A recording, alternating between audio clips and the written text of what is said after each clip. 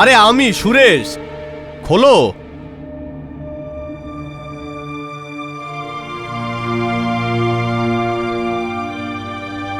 আরে কি হলো পিঙ্কি, এত সময় লাগে দরজা খুলতে? হঠাৎ করে কেউ যদি আমায় দেখে ফেলতো? আমার মনে হলো আমার বা তোমার পরিবারের কেউ। আরে কে জানে আমরা এখানে লুকিয়ে আছি।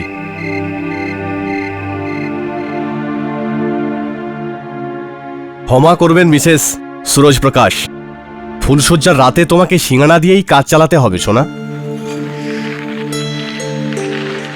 কিন্তু বিয়ের উপহার কোনো রাজাবাসার থেকে কম নয়। টাডাং! কি সুন্দর এটা গো। তোমার মতোই। আর দেখে নিও, আসল অনুষ্ঠানও নিশ্চয়ই হবে, আর তাও আবার আমাদের দুজনের বাবা মাদের আশীর্বাদ নিয়ে। আমার সম্পূর্ণ বিশ্বাস আছে মা বাবাকে নিশ্চয়ই রাজি করাবে। হ্যাঁ, কিন্তু গ্রামের লোক আর পঞ্চায়েতকে কে বোঝাবে? ওরা এমনিতেই আমাদের এই বিয়ের বিরুদ্ধে ছিল। আর তার উপরে আসার সময় তোমার ওই বাবার বন্ধু আছে না, ওনার ছেলে কপিল, ও আমাকে দেখে নিয়েছে এখানে আসার সময়। কি? হ্যাঁ। কপিল? তাহলে বাবাকে তো নিশ্চয়ই বলে দেবে আমাদের এখান থেকে তাড়াতাড়ি বেরোতে হবে। এখন আমরা এখানে আর থাকতে পারবো না। কিন্তু তুমি বাবার রাগ জানো না সুরেশ? উনি আমাকে আগেও বলেছেন যদি আমাদের বিয়ে হয় তাহলে আমাদের মাথা কেটে খেতে পুঁতে দেবেন। আমাদের এখান থেকে যেতে হবে। কোথায় যাব? দেবকির মামার বাড়ি আছে রটাকে। ও আমাকে বলেছিল যদি কোনো প্রবলেম হয় যেন ওখানেই চলে যায়। 10:40 বাস পেয়ে যাবো আমরা স্ট্যান্ড থেকে। চলো চলো।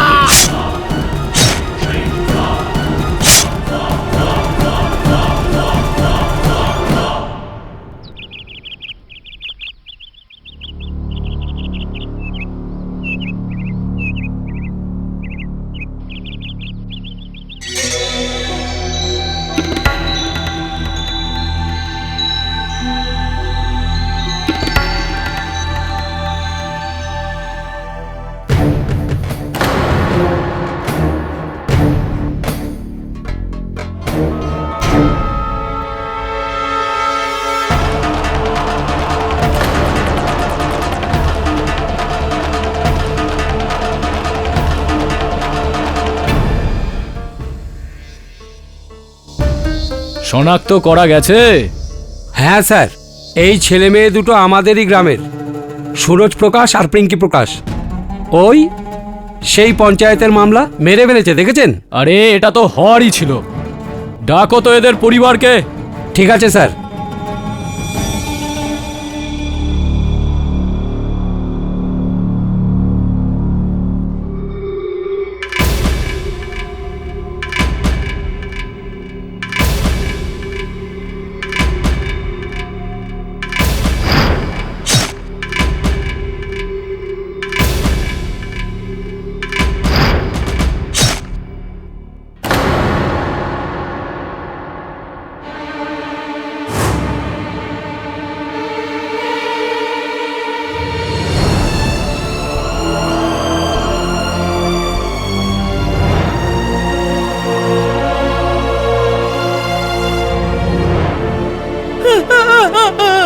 আমাদের ছেলে কোথায় চলে গেল রে? লাশে হাত দিও না।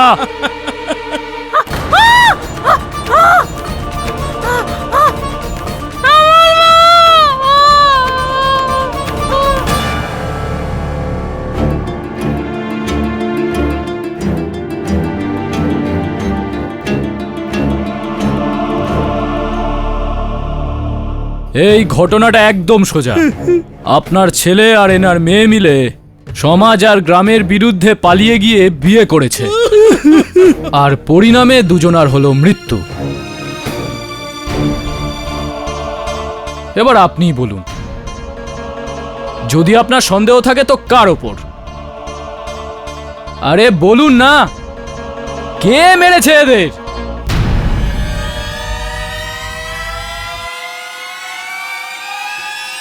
আমি মেরেছি।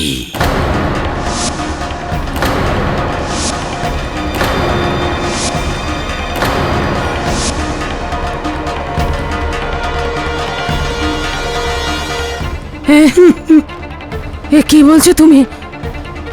আমি মেরেছি আমার মেয়েকে আর তার প্রেমিককে। এই দেখো,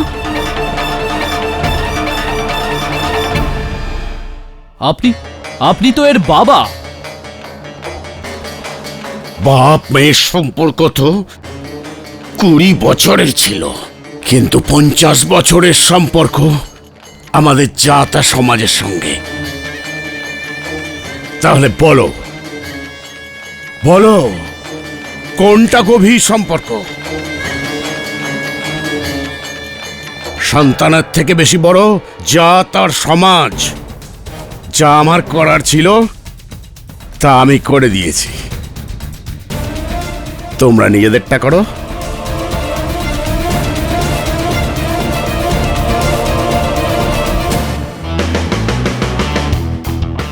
কেজি, এই দেখো, একজন বাপ নিজের মেয়ে আর জামাইকে মেরে ফেলেছে নিজের সম্মান বাঁচানোর জন্য, জাস্ট বিকজ দ্য গার্ল একই কাস্টে বিয়ে করেছিল।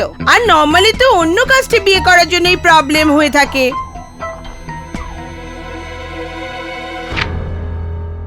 I don't believe this. Mrs Bilimoria, এটা কোনো জাতি বৈষম্যের সমস্যা নয়। হিন্দু ধর্মে এরকমটা মানা হয় যে একই গোত্রের লোক ভাই বোন হলে তাদের মধ্যে কখনোই বিয়ে হতে পারে না। ধর্মের অবস্থা নিজের জায়গায় রয়েছে, আমি সেটা বুঝি, কিন্তু সম্মান রক্ষার জন্য কাউকে হত্যা করা এটা অধর্ম। আইনের কাছে এটা অপরাধ। কেন এরা বুঝতে পারেন না সেটা? এটা কি ধরনের প্রগতি? দেশ এক ধাপ এগিয়ে যায় তো এরা 2 ধাপ পিছিয়ে। উঠতে চাই এই দেশ, কিন্তু পায়ে বেড়ি পরানো রয়েছে। কি হবে? কিভাবে উন্নতি করবে এই দেশ? আমি দেখা আরে করব দাঁড়ান কেরি দাঁড়ান, সাহেবের সাথে। আরে দেখা আরে করতে দাঁড়ান, দিন। আরে দাঁড়ান দেখা করতে দাঁড়ান, চাই। আপনি দাঁড়ান আমি দেখা প্লিজ। করব। স্যার, এই মহিলা দেখা করার জন্য খুব জেদ করছেন।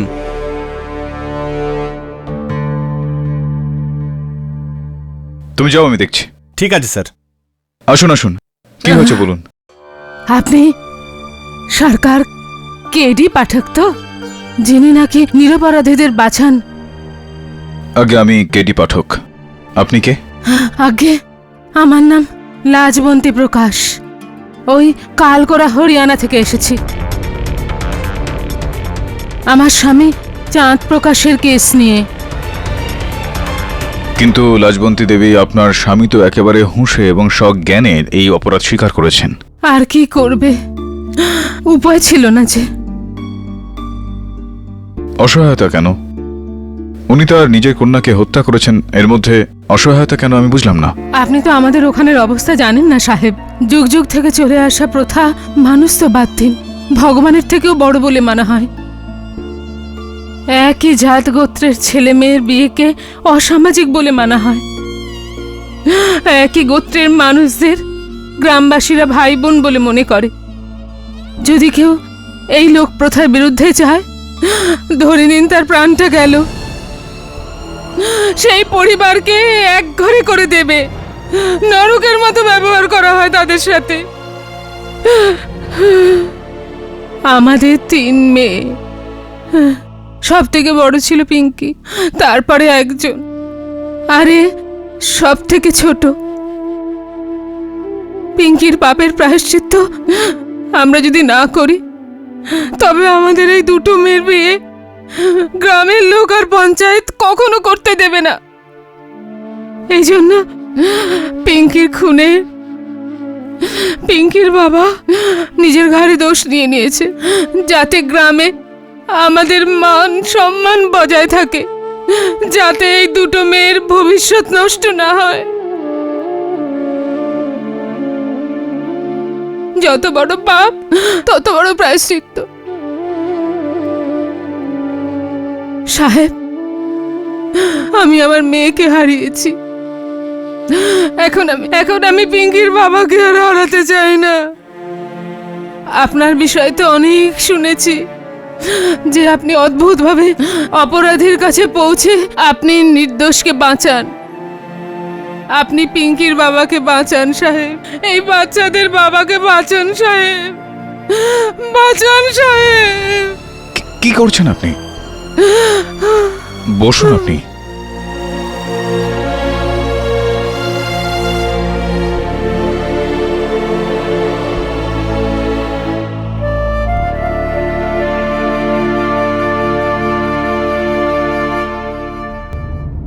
সব আমরা হরিয়ানাতে চলে তো এলাম, কিন্তু আপনার এই কেসটা নেওয়ার ডিসিশনটা ঠিক তো না? আই মিন পুরো মিডিয়া আর দেশেতে জ্ঞানপ্রকাশ এক এমন মানুষ হিসেবে উপস্থিত হয়েছে যে নিজের মেয়েকে মেরেছে স্যার, আর সেটার একটাই শাস্তি হতে পারে স্যার, মৃত্যু। আর আপনি ওকে বাঁচাতে হরিয়ানা এলেন স্যার। এখন তো মিডিয়াও আপনার বিরুদ্ধে লিখছে, এই দেখুন। কেডি পাঠকের বিকিয়ে গেছে সম্মান।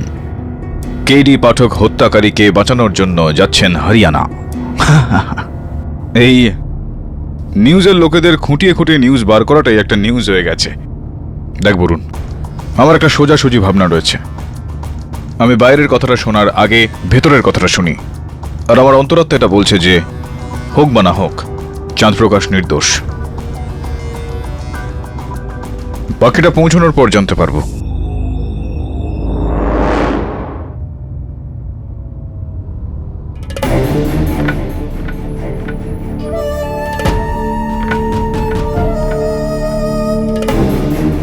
নমস্কার চাঁদপ্রকাশ বাবু, আমার নাম কেডি পাঠক, আমি মুম্বাই থেকে এসেছি, আপনার উকিল। তার মানে এটাই সত্যি যেটা লোকে বলছিল, যে তোমরা আমাকে না বলে, না জিজ্ঞেস করে শহরে চলে গেছে উকিল আনতে। দেখুন, যখন আপনি চুপ করুন। আমি আমার স্ত্রীর সাথে কথা বলছি। তুমি তো অশিক্ষিত, কিন্তু এতটা যে নির্বোধ তা আমি জানতাম না। তুমি এইটুকুও বুঝলে না যে আমার ভরসা আছে আমাদের পঞ্চায়েতের উপর, স্রেফ নিজেদের পঞ্চায়েতের উপর, অপরের উপর নয়। আরে এ কি জানে এই সমাজের কি সংস্কার হয়? আরে এ কি জানে মর্যাদা কাকে বলে? চাঁদপ্রকাশ বাবু, এটা একেবারে স্পষ্ট যে আপনি কারো চাপে পড়ে এই কাজগুলো করছেন। আমি শুধু এটাই বলতে চাইবো যে আপনার এই কাজগুলো করার কোনো প্রয়োজনীয়তা নেই। যেটা সত্যি সেটা আমি সময় অবশ্যই বাইরে নিয়ে আসবো। এটাই তো উকিল সাহেব, এটাই তো আমি বলছি। সত্য তো সামনে আসবেই। জান, 100টা মিথ্যা কথা ভরে দিক আপনার কানে, আর আপনি চাইলে 100টা পক্ষ রাখুন আমার জন্য, কিন্তু আপনার 100টা পক্ষ, 100টা মিথ্যা তাসের ঘরের মতো ভেঙে পড়বে। কেননা সব থেকে বড় সত্যি তো এটাই, আমি মেরেছি। আমি মেরেছি আমার মেয়েকে, চাঁদপ্রকাশই মেরেছে তার মেয়েকে।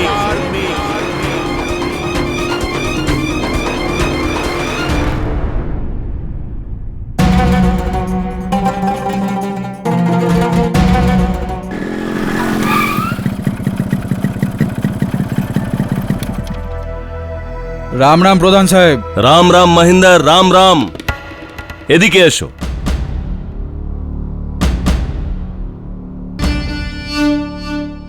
আজ্ঞে প্রধান সাহেব। ভাই, গ্রামে শুনতে পাচ্ছি যে তোমরা শহর থেকে উকিল ডেকে নিয়ে এসছো।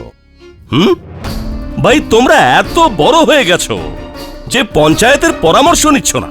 প্রধান সাহেব, আমরা উকিলকে ডাকিনি। পঞ্চায়েত থাকতে আমরা পরের দিকে কেন তাকাতে যাব? তাহলে ওই লাজোর মাথায় এই কথাটা ঢুকিয়ে দাও। একটা মেয়েকে তো হারিয়েছেই, এখন এরকম না হয় যে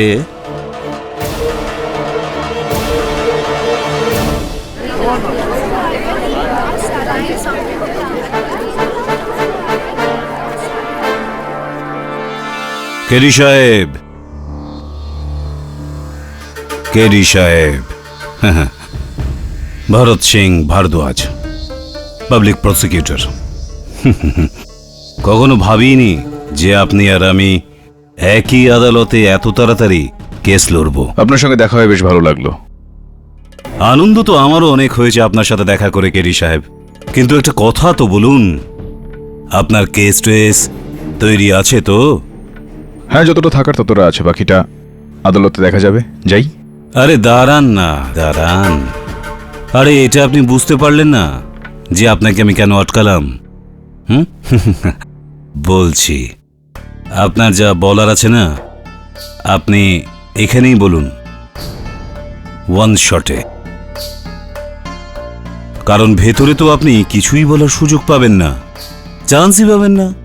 কেস কখন শুরু হবে, কখন শেষ হবে, আপনি জানতেও পারবেন না। তাই ভিতরে যা রাগ আছে, যা ওকালত সকালত দেখানোর আছে, এখানেই সেরে ফেলুন কেরি সাহেব। Excuse me, I have a case to fight.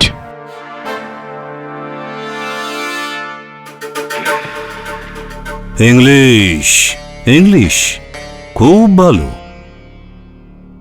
তোমাকে তো তোমার মক্কেলই চুপ করাবে কেডি সাহেব। চাঁদ প্রকাশ। হুজুর, গত 2 বছর ধরে আমার মেয়ে পিঙ্কি আর সুরেশ একে অপরকে ভালোবাসতে শুরু করে। আমরা 2 পরিবারই ওদের অনেক বুঝিয়েছি, এমনকি আমি প্রথমবার পিঙ্কির উপর হাতও তুলেছিলাম আর বলেছিলাম যে এই বদমাইশি ছেড়ে দে। আসলে জানেন, মেয়েদের একই গোত্রে না ভালোবাসা হতে পারে না বিয়ে। আমাদের সমাজ মনে করে যে একই গোত্রের লোকেরা ভাই বোন হয়। তাহলে ভাই বোনের মধ্যে দ্বিতীয় সম্পর্ক কি করে হতে পারে? এটা হতে পারে, হতে পারে না। কিন্তু ওরা দুজনে আমার কথা বুঝলো না, যার কারণে পুরো পঞ্চায়েতের সামনে আমার মাথা লজ্জায় নিচু হয়ে যায় 3 বার। তারপরে আর কি, আমার মাথা জ্বলে যায়, বিগড়ে গেল আমার মাথা। এই দিন দেখার জন্য তোকে জন্ম দিয়েছিলাম, তাহলে তোকে গলা টিপে মেরে ফেলা উচিত ছিল জন্ম নেবার আগে। শুনিসনি পঞ্চায়েত কি বলল? এক ঘরে করে দেবে আমাদের যদি তোকে সুরেশের সঙ্গে আবার দেখা যায়। তাহলে আমরা পালিয়ে গিয়ে বিয়ে করব। তুই করে দেখ, করে বল দিব্যি আমার জন্মদাতার তুই যেখানেই থাকবি খুঁজে বার করবই। কুড়ুল দিয়ে তোর মাথা কেটে খেতে পুঁতে দেব। বেরোনো মুশকিল হয়ে গেছে সমাজের সামনে যখন থেকে ওই ছেলেটার সঙ্গে সম্পর্ক হয়েছে।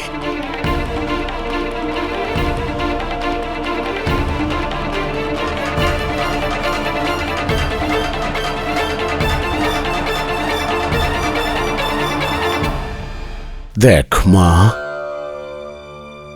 তোর সামনে হাত জোর করছি, তুই যেখানে বলবি, যার সঙ্গে বলবি, তোর বিয়ে দিয়ে দেবো। কিন্তু তোকে ওই সুরেশকে ভুলতে হবে, ভুলতেই হবে ওকে। আমার হাত জোর করাটাকে ও আমার দুর্বলতা ভেবে নিয়েছিল। তারপর আর কি, পরের দিন ও বাড়ি থেকে পালিয়ে গেল, ওই ছোকরাটার সাথে বাড়ি থেকে পালিয়ে গেল।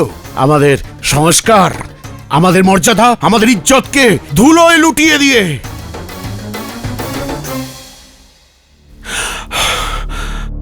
তারপর 2 রাত পর আমার বন্ধুর ছেলে কপিল আমার বাড়িতে আসে। কি বলছিস তুই? কোথায় দেখেছিস ওদের দুজনকে তুই? পাশে জেনোরা গ্রামের মার্কেটে, ওখানে কোনো গোয়াল ঘরের পাশে গরুর খাবার ঘরে লুকিয়ে আছে দুজনে। দাঁড়াও, কোথায় যাচ্ছ তুমি? এটা কি করছো তুমি? যা হবার তা হবে। না না,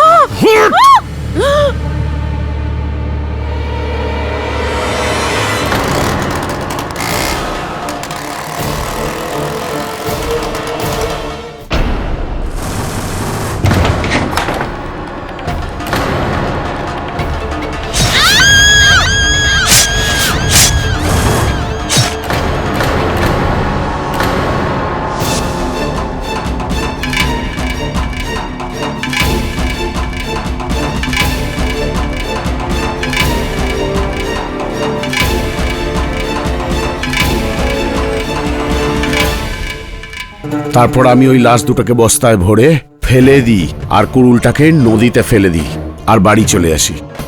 আরে উকিল সাহেব, এক গ্লাস জল পাওয়া যাবে? গলা শুকিয়ে গেছে আমার। আরে জল কেন পাবেন না চাঁদ প্রকাশ বাবু? গলা ভিজিয়ে নিন আপনার।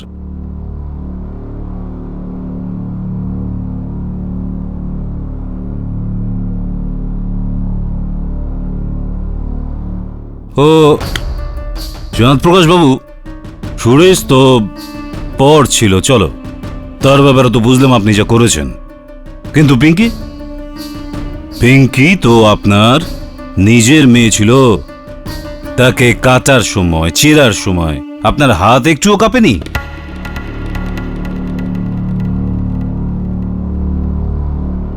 কেঁপেছিল, কিন্তু হাত জোর করার সময় কেঁপেছিল।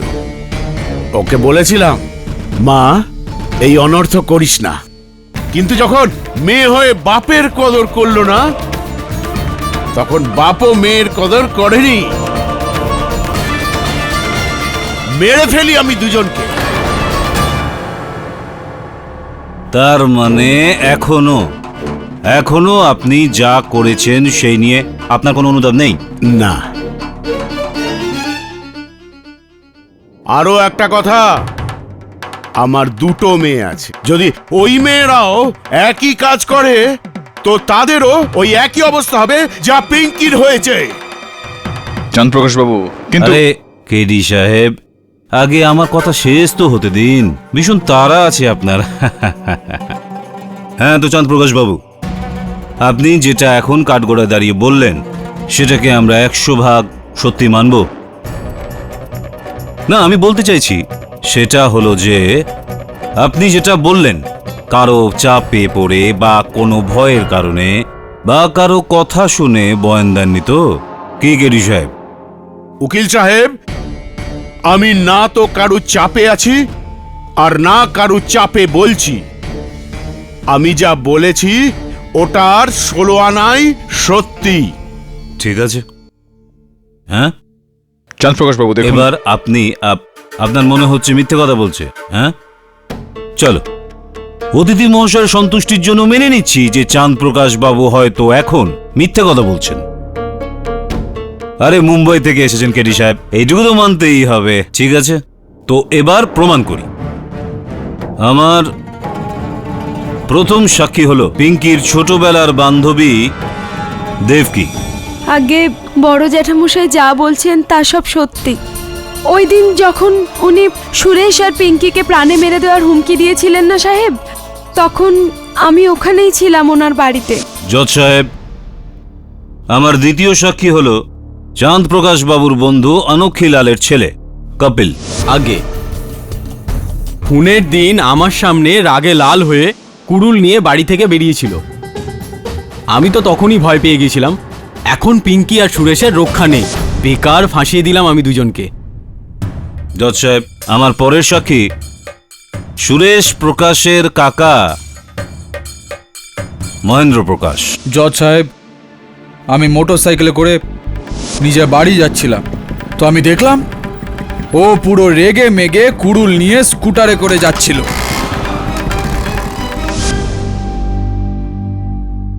গ্রামের প্রধান লক্ষ্মণলাল বাবু। হুজুর প্রণাম। আমিও এটাই দেখেছিলাম। সেদিন চাঁদ প্রকাশ খুব রাগের সঙ্গে হিনোরা গ্রামের দিকে যাচ্ছিল। বাবা, চাঁদ প্রকাশ কুড়ুল নিয়ে কোন দিকে যাচ্ছে? শোনো বাবা, গিয়ে দেখ ও কোথায় যাচ্ছে। ঠিক আছে আঙ্কেল, অনেক দূর পর্যন্ত ফলো করেছি, গ্রামের এক গোয়ালে ঢুকতে দেখেছি, আর যখন আমি ওখানে পৌঁছালাম তো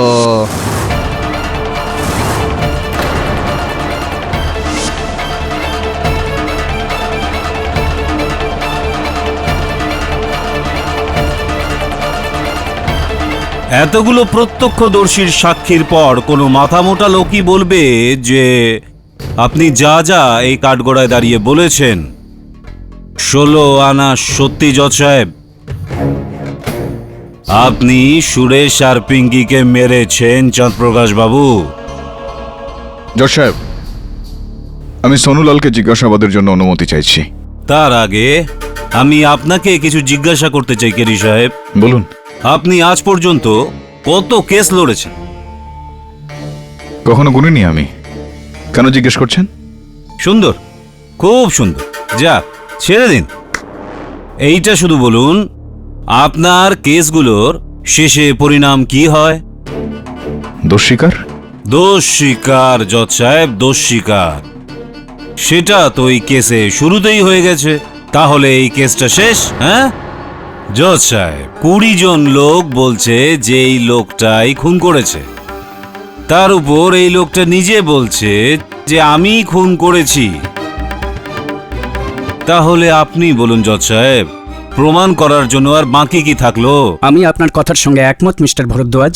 মিস্টার পাঠক, যখন অপরাধী তার অপরাধ স্বীকার করে নিয়েছে, ওর বয়ান সত্যি বলে প্রমাণিত হয়েছে, তখন এই কেসটাকে আর বাড়িয়ে কি লাভ?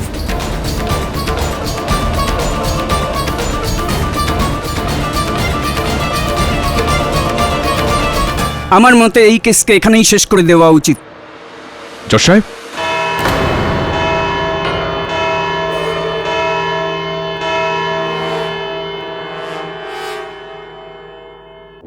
কোর্টের সিদ্ধান্ত এই মাসের 13 তারিখে দুপুর 3টায় জানানো হবে। The court is adjourned. আরে কেডি সাহেব, কেডি সাহেব, এবার কিন্তু এটা বলবেন না যে আমি আপনাকে বলার সুযোগ দিইনি। হ্যাঁ, দিয়েছিলাম, কোর্টের বাইরে। মনে আছে কি বলেছিলাম আমি? যে কেস কখন শুরু হবে কখন শেষ হবে জানতেই পারবেন না আপনি। কি হলো? যাক, ওটা ছেড়ে দিন না। যদি জানেন, আমি বলে দিচ্ছি, কেস ইজ ওভার। কেডি সাহেব, খুবই হ্যাপি আর সুন্দর জার্নি ব্যাক টু মুম্বাই। খুব ভালো। দে ভাই, সোনু বাবা। আরে ভাই, অতিথি আছে, ফুল টুল ছড়া। এই নিন উকিল। আরে উকিল সাহেব, এই নিন না। Thank you. উকিল সাহেব, হ্যাঁ হ্যাঁ, তুমি বোধহয় ভেবেছিলে যে এই গ্রামে তোমার আসাতে আমাদের খুব খারাপ লেগেছে। হ্যাঁ ভেবেছিলাম তো এরকমটাই। না না না, সেরকম কোনো ব্যাপার না। তুমি তো আমাদের অতিথি, আর এমনিতেও তুমি আমাদের সাথীকে ওর কেস লড়ে ওকে বাঁচাবার চেষ্টা করেছিলে, তাই না? হ্যাঁ হ্যাঁ।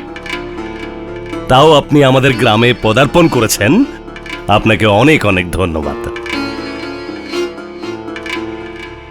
সরপঞ্চ বাবু, এই অভ্যর্থনার জন্য অনেক অনেক ধন্যবাদ, নাকি বলবো যে বিদায়ের জন্য ধন্যবাদ। প্রশ্নটা আমার হলো এই যে আপনাকে কে বলেছে যে আমি চলে যাচ্ছি? ভাই উকিল সাহেব, আপনার এই গ্রামে এখন কি কাজ?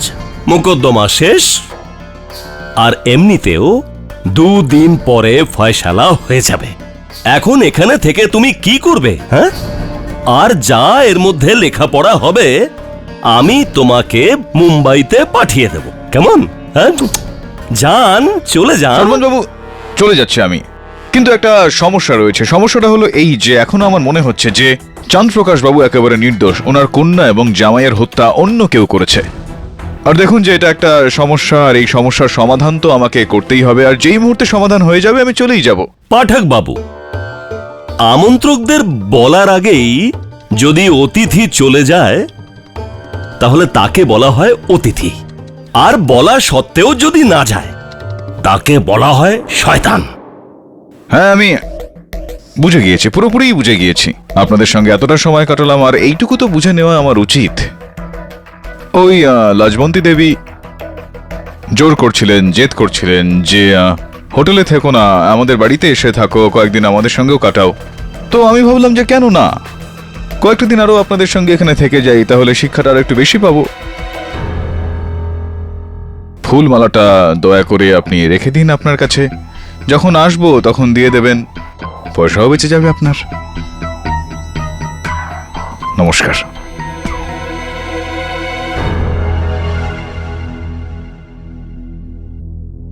সাপের গর্তে পা দিস না তুই, কেডে। আর তুই কি করে জানবি যে জাতপাত কি হয়? এর পরের বার তুই যখন আসবি না, তখন এই ফুলের রং বাসন্তী হয়ে যাবে আর কাপড়ের রং হবে সাদা। চলে যা এখান থেকে, চলে যা। আই থিঙ্ক এদের মধ্যে কোনো একজন গ্রামবাসী এই কাজটা করেছে। চাঁদ প্রকাশকে বলির পাঁঠা বানিয়ে নিজের অপরাধ লুকোচ্ছে। জানি বলুন, কিন্তু এদের মুখ খোলার জন্য এটা অনেকটাই জরুরি যে চাঁদ প্রকাশ বাবু তিনি যে নির্দোষ সেটা স্বীকার করবেন, আর নয়তো আদালতে আমার প্রত্যেকটা প্রমাণ ব্যর্থ হয়ে যাবে। দোষীকে দিয়ে দোষ স্বীকার করাবো, তার আগে চাঁদ প্রকাশ বাবুকে দিয়ে স্বীকার করাতে হবে যে উনি নির্দোষ।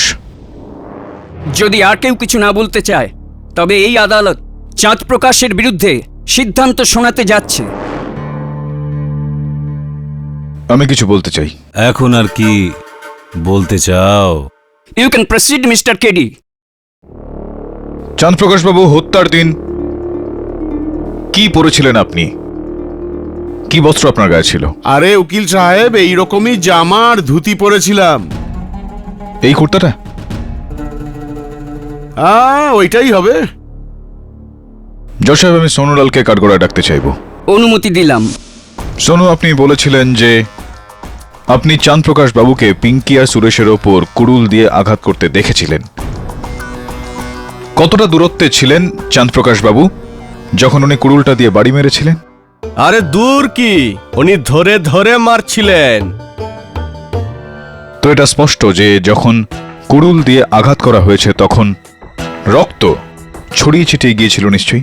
আরে চারপাশে শুধু রক্তই রক্ত স্যার, আমি তো তাকাতেই পারছিলাম না।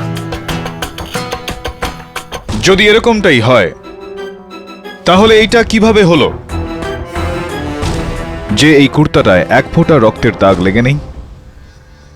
আরে ওখানে এত অন্ধকার ছিল, আমি লক্ষ্যই করিনি জামার দিকে। জজ সাহেব, এটা কি খুব জরুরি যে জামায় যদি রক্ত লেগে না থাকে তাহলে খুন হয়নি?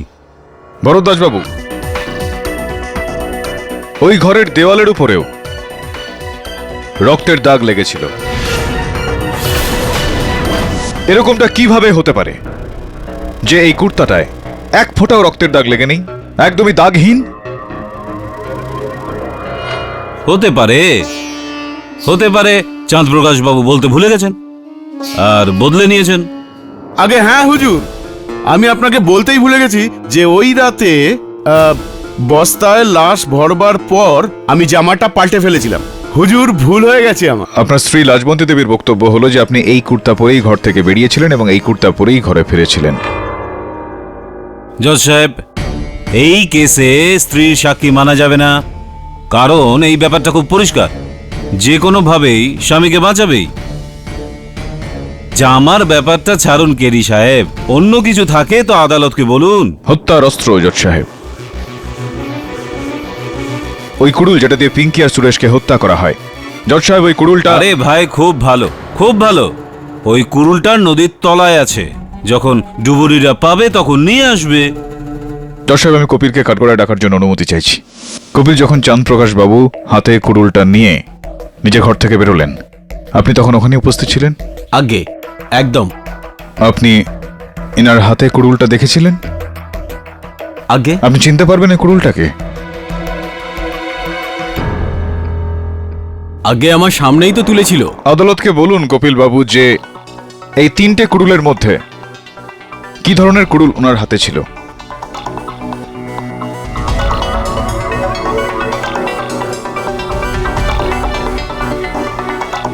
আগে ওই মাঝখানেরটার মতো এরকম?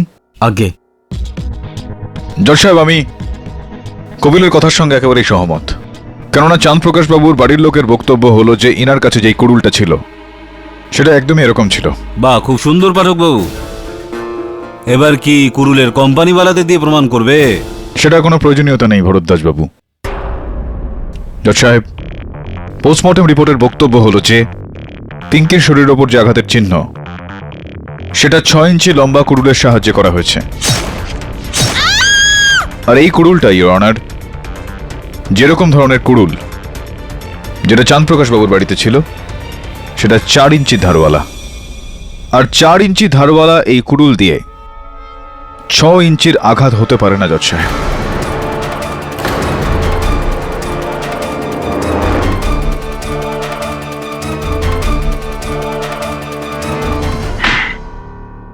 তো আপনার মনে হয় যে এই 6 ইঞ্চি এবং 4 ইঞ্চির পার্থক্যের জন্য আপনি কেসটাকে ঘুরিয়ে দেবেন? হ্যাঁ, এটা তো খুব সুন্দর জজ সাহেব। কেডি সাহেব, 1 মিনিট, এই কুড়ুলটা একটু। জজ সাহেব, এই 4 ইঞ্চির ধারবালা কুড়ুল আর নেন আমি এবার মারলাম।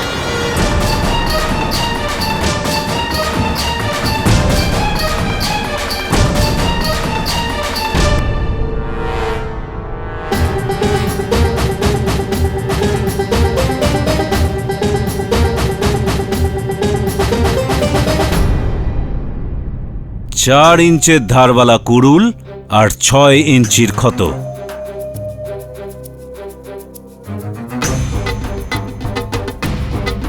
কেরি সাহেব, আর কিছু বলার আছে আপনার পাঠকবাবু? মিস্টার পাঠক, আর কোনো প্রমাণ? নয়, ইওর অনার। এই সময় আমার কাছে আর কোনো প্রমাণ নেই। আরে কেরি সাহেব, কিছু কিছু ভাবুন, বলুন, কিছু বাকি থাকলে বলে দিন। হ্যাঁ, এখনো আদালতের সময় বাকি আছে, পুরো 5 মিনিট। ভাবুন, আপনি এত বড় লয়ার, যদি কিছু না ভাবতে পারেন তাহলে কোনো গল্প বা কাহিনী শুনিয়ে দিন। হ্যাঁ, আমাদের সবার মনোরঞ্জন হয়ে যাবে। কি ভাইরা, কি বলছো?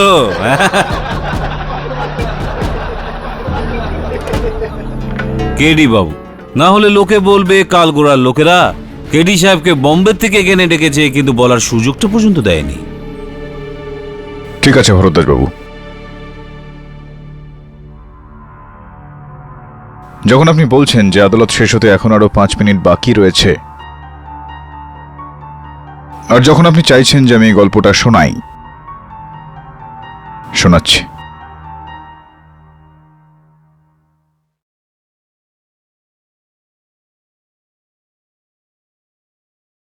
এই গল্পটা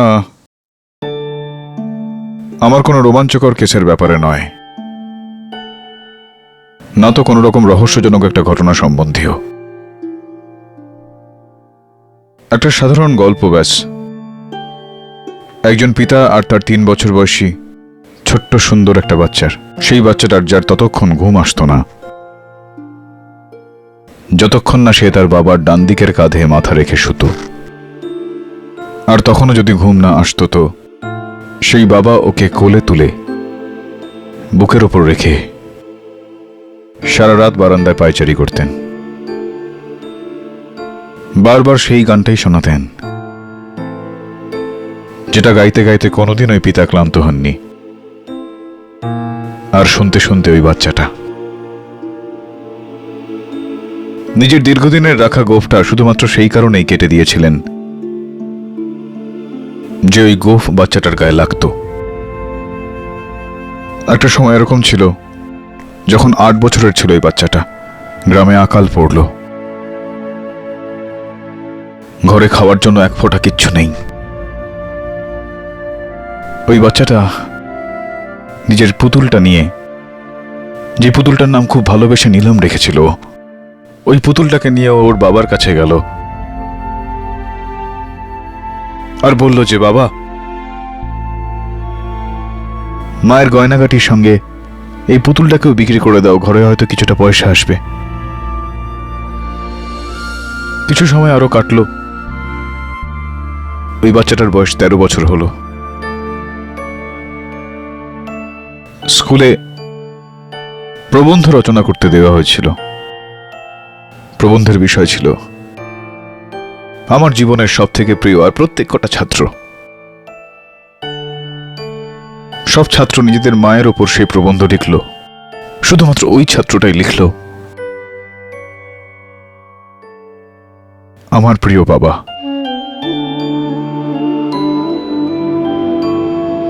সতেরো বছর বয়স ছিল এই বাচ্চাটার যখন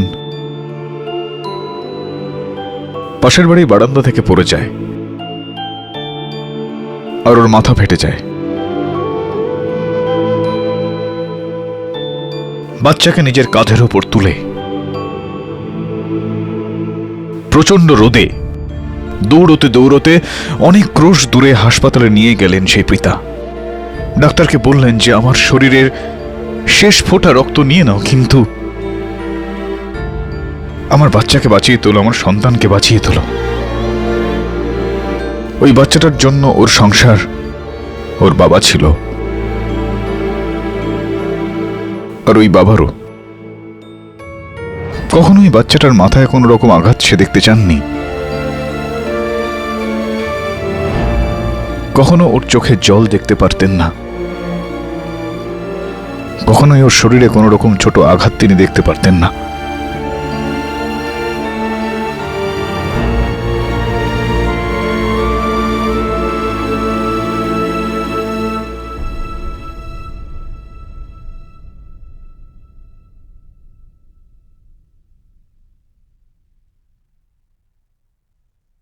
জজ সাহেব, এটা পিঙ্কের মৃতদেহের কিছু ছবি রয়েছে। প্রথম আঘাতটা ওর কাঁধের ওপর করা হয়েছিল। আঘাতের সঙ্গে সঙ্গে কাঁধের হাড়গুলো ভেঙে গিয়েছে। দ্বিতীয় আঘাতে হাতের সমস্ত শিরা কেটে গিয়েছে, রক্ত ছড়িয়ে ছিটিয়ে পড়ে। তৃতীয় আঘাতে জজ সাহেব পেটটা পুরোপুরিভাবে চিড়ে দেওয়া হয়েছে।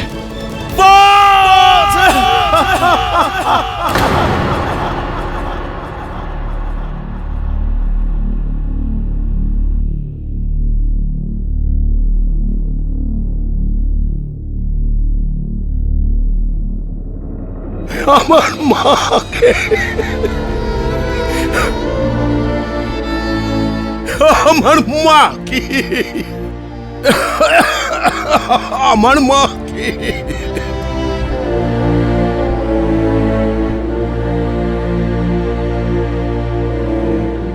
চাঁদপ্রকাশ বাবু, আমি এটা মানার জন্য একেবারেই তৈরি নই যে আপনি জেনে শুনে বা অজান্তে নিজের মেয়ের কোনো ক্ষতি করতে পারেন। এটা আমি মানতে পারছি না। আমি মারিনি আমার মেয়েকে।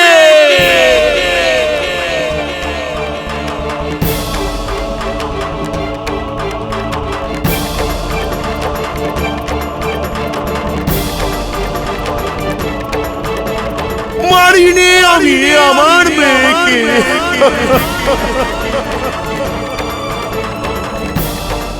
আরে আমি তো আমার মেয়ের জন্য নিজের জীবনকে 100 বার বলি দিতে পারি, 100 বার। যদি আমার জীবনের সমস্ত আয়ু ওকে দিতে পারতাম। আমার মা, মা গো, আমার সোনা মা গো।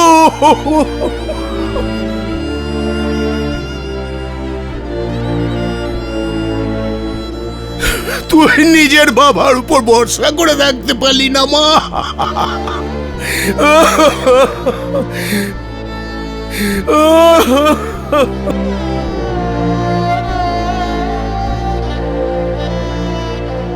চাঁদপ্রকাশ বাবু, আপনি নির্দোষ? তাহলে সত্যটা কি? এটা সত্যি যে ওই দিন আমি কুরুল নিয়ে বাড়ি থেকে বেরিয়েছিলাম আমার মেয়েকে ভয় দেখাবার জন্য। যদিও আমার সঙ্গে না ফেরে, না হলে আমি সুরেশকে ওখানেই মেরে ফেলবো। কিন্তু রাস্তায় একটা মন্দির ছিল, দুর্গা মায়ের মন্দির। এটা সেই মন্দির যেখানে 21 বছর আগে আমি জোরহাত করে মেয়ে মানত করেছিলাম। তারপর আমার ঘরে সন্তান এলো,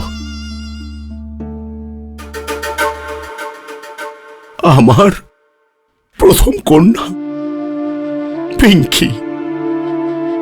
আমি চিন্তায় পড়ে যাই, যে আনন্দ পেতে আমি বছরের পর বছর ভিক্ষে চেয়েছি, তাকে এত সহজে ফিরিয়ে দেব না। ভগবান আমাকে কখনো ক্ষমা করবে না, কখনো ক্ষমা করবে না। এমনই দুশ্চিন্তা নিয়ে আমি মন্দিরের সিঁড়িতে বসে পড়ি। ওই মন্দিরে বসে বসে আমার বিবেক জেগে ওঠে, আর আমি ঠিক করে নিলাম, যাই হোক না কেন যেভাবেই হোক না কেন আমি আমার মেয়ের পাতানো সংসার নষ্ট হতে দেব না। কিন্তু অন্যদিকে এটাও মনে হলো যে পিঙ্কির এই ব্যবহারে আমার অন্য দুটো মেয়ের পক্ষে ওই গায়ে থাকা মুশকিল হয়ে যাবে। সারা রাত এই চিন্তায় আমি কাটিয়ে দিই। আমি মনস্থির করে ফেলি যে যেভাবেই হোক যেমন করেই হোক আমি আমার মেয়ের পাতানো সংসার নষ্ট হতে দেব না। কুড়ুলটাকে আমি ওখানেই মন্দিরের পিছনে ঝোপের মধ্যে ফেলে দিই। সকালে উঠে বাড়ি ফেরার জন্য তৈরি হচ্ছিলাম, তখন রাস্তায় পুলিশ দাঁড় করালো। দারোগাবাবু বললেন যে সুরেশ আর পিঙ্কি খুন হয়েছে। সেই খবর শুনে আমি ভিতরে ভিতরে ভেঙে পড়ি, আমার বুক ফেটে যায়। পরে বুঝতে পারলাম যে আমার একটা মেয়েকে তো বাঁচাতে পারলাম না, কিন্তু বাকি দুটোকে তো বাঁচাই। তখন আমি সিদ্ধান্ত নিই যে পিঙ্কি আর সুরেশের খুনের অপরাধ আমি নিজের ঘাড়ে নেব। গায়ের লোক আর পঞ্চায়েত বলবে একটা ভুল তো হয়েছিল, কিন্তু শুধরেও নিয়েছে, আর আমার দুটো মেয়ের ভবিষ্যৎ নিশ্চিত থাকবে। সাহেব, এই জন্য আমি এসব। সুন্দর, খুব সুন্দর। সেদিন মন্দিরে আপনার বিবেক জাগেনি চাঁদ প্রকাশ বাবু, বরং এক্ষুনি জেগেছে এইখানে, তাও কেডি বাবুর মন ছুঁয়ে যাওয়া গল্প শুনে। বাহ!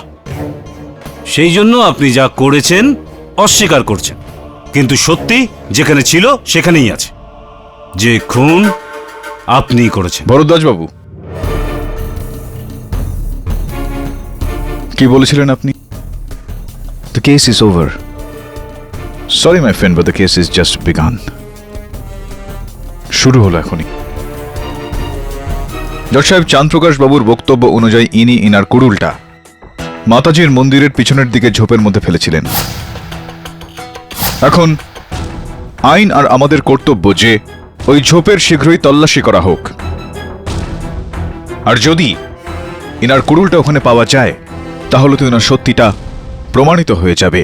তল্লাশি তো হবেই, কিন্তু কেডি তুমি এটা ভুলে যাচ্ছ, এই কেসে চাঁদ প্রকাশ বাবুর শুধুমাত্র নিজের বয়ান তো ছিল না, কারণ ওনার বিরুদ্ধে আরো অনেকের বয়ান আছে। আর ইওর অনার, সব থেকে প্রধান হচ্ছে প্রধানের ছেলে সোনুর বয়ান, যে নিজের চোখে দেখেছে যে চাঁদ প্রকাশ বাবুই হত্যাটা করেছে।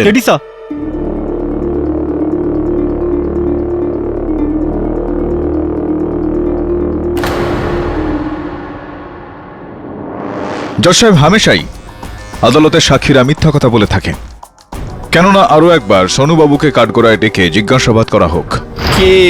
কি আর বলার আছে সাহেব, এই চাঁদ প্রকাশে উল্টে আরো মিথ্যা বলছে। আমি নিজের চোখে ঘানোড়া গ্রামের গোয়ালে এনাকে পিঙ্কি আর সুরেশকে মারতে দেখেছি। আর দর্শকের মতন ওখানে দাঁড়িয়ে রইলেন, ওনাকে আটকানোর চেষ্টা করলেন না, পিঙ্কি আর সুরেশকে বাঁচানোর কোনো রকম চেষ্টা করলেন না, ব্যাস দাঁড়িয়ে দাঁড়িয়ে দেখলেন। আমি ফিল্মের অ্যাকশন হিরো না যে মাঝখানে লাফিয়ে পড়ব। আমি যদি মাঝখানে লাফিয়ে পড়তাম তো এখানে পিঙ্কি আর সুরেশের মতো আমারও খুনের কেস চলতো। রাক্ষসের থেকে ভয়ঙ্কর ছিল সেই সময়। আর আপনি ভয় পেয়ে পালিয়ে গেলেন। ঠিক আছে, কোনো ব্যাপার না। সোনুবাবু, আপনি আপনার বাবার আদেশে চাঁদ প্রকাশ বাবুকে ধাওয়া করতে করতে রাত্রিবেলা নিজের মোটর সাইকেলে করে কালকোড়া থেকে গনড়া গিয়েছিলেন কিনা? হ্যাঁ, গিয়েছিলাম। তো এতটা সময় আপনার লাগলো সেখানে পৌঁছতে? আরে ওই যেরকম লাগে 10 থেকে 15 মিনিট সোজাসুজি 10-15 মিনিট। এইমাত্র পাওয়া খবর থেকে এটা জানতে পারছি সোনুবাবু, সোজাসুজি রাস্তা কালখোড়া থেকে গনড়া যাচ্ছে, তার মাঝখানে একটা পুল রয়েছে যেখানে মেরামতির কাজ চলছিল। আমার জ্ঞান আমায় বলছে যে হত্যার দিন রাতে ওই পুলে কাজ চলছিল এবং যেই কারণে ওই পুলটা সেদিন বন্ধ ছিল। এখন একটাই রাস্তা বেঁচে থাকে গনড়া পৌঁছানোর জন্য, মেন হাইওয়ে। দ্রুতগতির যানবাহন, সেখান থেকে গেলে মোটামুটি ভাবে আধ ঘন্টা সময় তো লাগবেই। আপনি 15 মিনিটে কি করে পৌঁছে গেলেন? আরে ওই এটার মানে এই দাঁড়ায় সোনুবাবু যে আপনিও চাঁদপ্রকাশ বাবুর মতো ওই রাতে ঘনরাত যাননি, যখন কিনা আপনি চাঁদপ্রকাশ বাবুকে ওই মন্দিরে দেখলেন, আপনি ওখান থেকেই কালকোড়া ফিরে আসলেন। আমি কি ঠিক বলছি নাকি আমি ঠিক বলছি?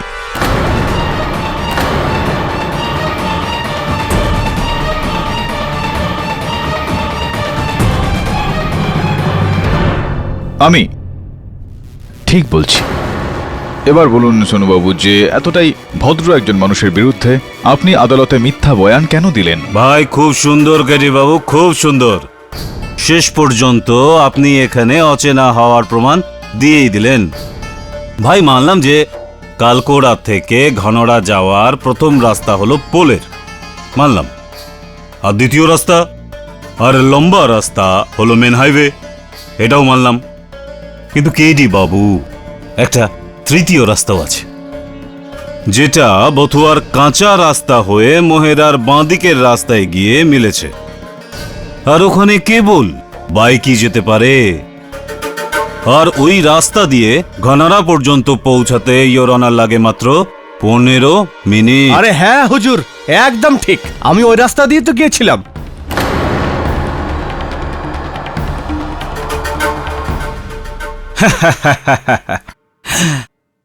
প্রত্যেকটা খবর কোনো নকশায় পাওয়া যায় না কেডি বাবু। কিছু ব্যাপারের জন্য এখানে বছরের পর বছর থাকতে হয়, বুঝলেন?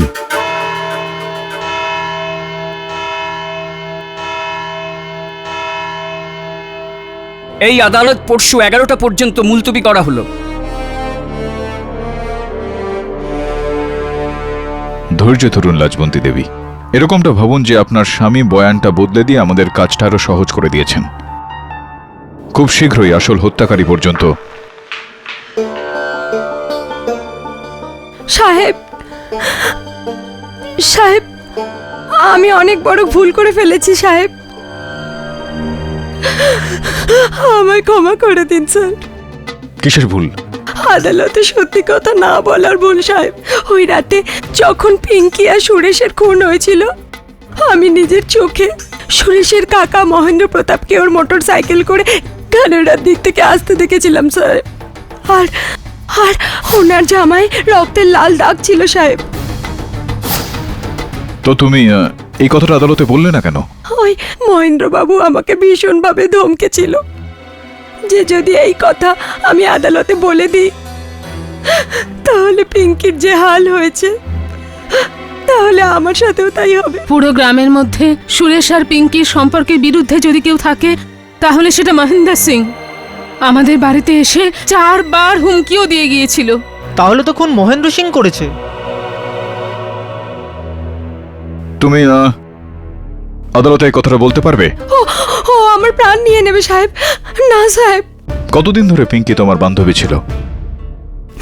4 বছর বয়স থেকে সাহেব। হামেশাই পারিবারিক সম্পর্ক থেকেও বন্ধুত্বের সম্পর্ক বড় হয়। একটু ভাবো, যদি তোমার জায়গায় পিঙ্কি হতো তো তাহলে কি বয়ান দিত? ও নিশ্চয়ই সাক্ষী দিত সাহেব, ও নিশ্চয়ই সাক্ষী দিত।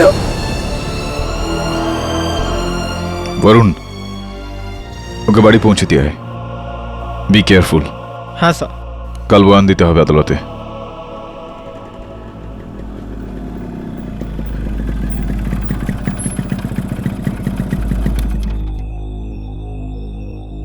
আরে ওই ছোড়া, তোর ফটফটি খারাপ হয়ে গেছে নাকি? এটা হরিয়ানার তেলে চলবে না। এখন তো বাইকই খারাপ হয়েছে বাবা। যদি আমরা বিগড়ে যাই না তাহলে তোকে আর কেডিকে কেউ বাঁচাতে পারবে না। বুঝিয়ে দিবি তোর ওই উকিলকে।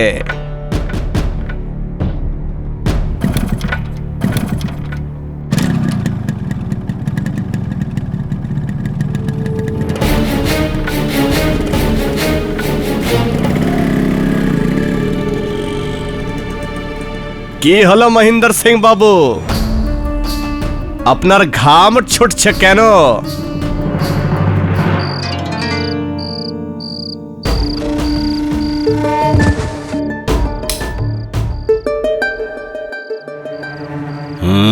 দরজার বাইরে কেউ আছে, দেখো না।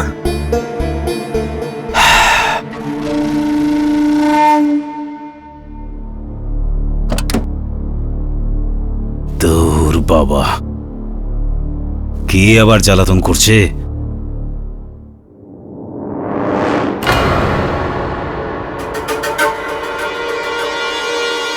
এটা আবার কি?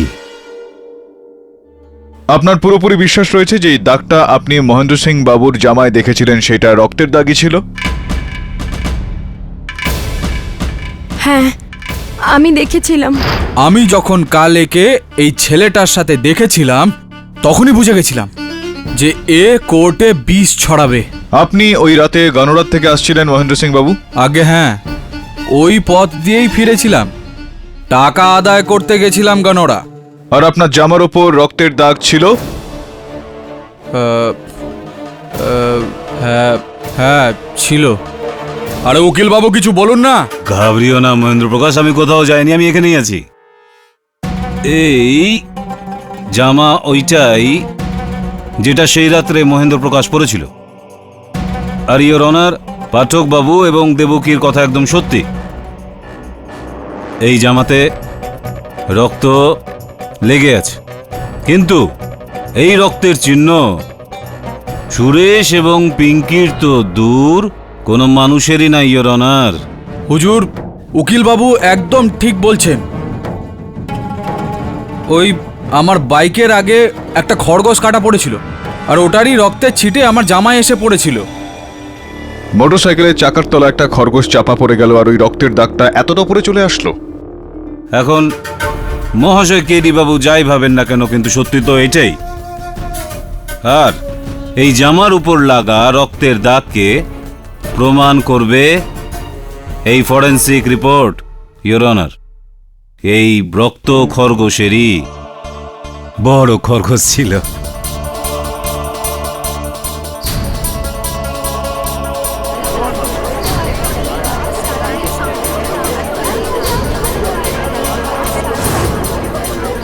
Order order. জজ সাহেব, আমার সন্দেহ হচ্ছে যে ওই জামাটাকে বদলে ফেলা হয়েছে। এই কারণে আমি দেবকীকে আরো একবার কাঠগড়ায় ডাকতে চাইবো। অনুমতি দিলাম। দেবকে একটু মন দিয়ে দেখে বলো যে এটা কি সেই জামাটা যেটা ওই রাতে মহেন্দ্র সিং বাবু পরেছিলেন, নাকি অন্য কোনো একটা? আগে আমি ঠিক করে বলতে পারবো না, মনে হয় এটাই ছিল, না হলে। ইয়োর অনার, ওই মনে টনে হওয়ার কোনো জায়গাই নেই। এটা তো একদম ওই জামাই, বাস।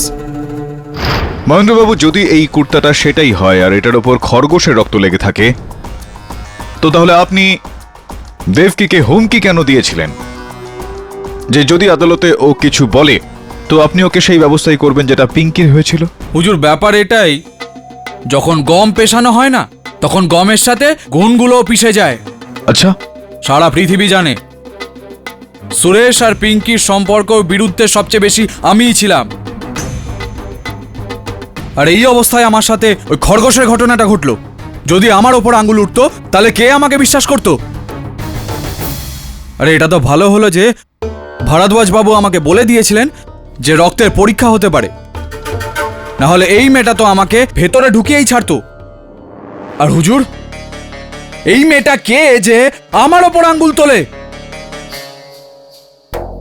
চাঁদ প্রকাশ বাবু আর কাপিল ছাড়া শুধু এই মেয়েটাই জানতো যে সুরেশ আর পিঙ্কি কোথায় লুকিয়ে আছে। আর একে কেউ সন্দেহ করছে না।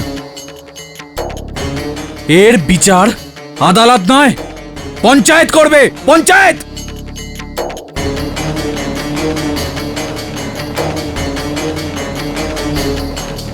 শান্ত হন মিস্টার মহেন্দ্র সিং। মিস্টার পাঠক, ওনাকে কিছু জিজ্ঞাসা করবেন? এনাকে তো কিছুই জিজ্ঞেস করার নেই ইয়োর অনার, কিন্তু হ্যাঁ, পুলিশকে অবশ্যই এটা জিজ্ঞেস করতে চাইবো যে মন্দিরের পেছনে ওই ঝোপ থেকে ওই কুড়ুলটা পাওয়া গেল কিনা। আগে না, পুরো ঝোপঝাড় তন্ন তন্ন করে খুঁজেছি, কুড়ুল তো দূরের কথা, একটা কাঁচি পর্যন্ত পাওয়া যায়নি। সরকার, পুলিশ মনে করছে যে এই লোকটা নিজের মনের মতো করে গল্প বানিয়ে আমাদের বোকা বানাচ্ছে। এই ওটাকে নদীর মধ্যে ফেলে দিয়েছে মার্ডার ঠাডার করে। খুব সুন্দর ইন্সপেক্টর সাহেব, কিন্তু ইয়োর অনার, ওই কুরুলটা না তো ঝোপে আছে না কোনো নদীতে। কুরুলটা আছে আমার কাছে।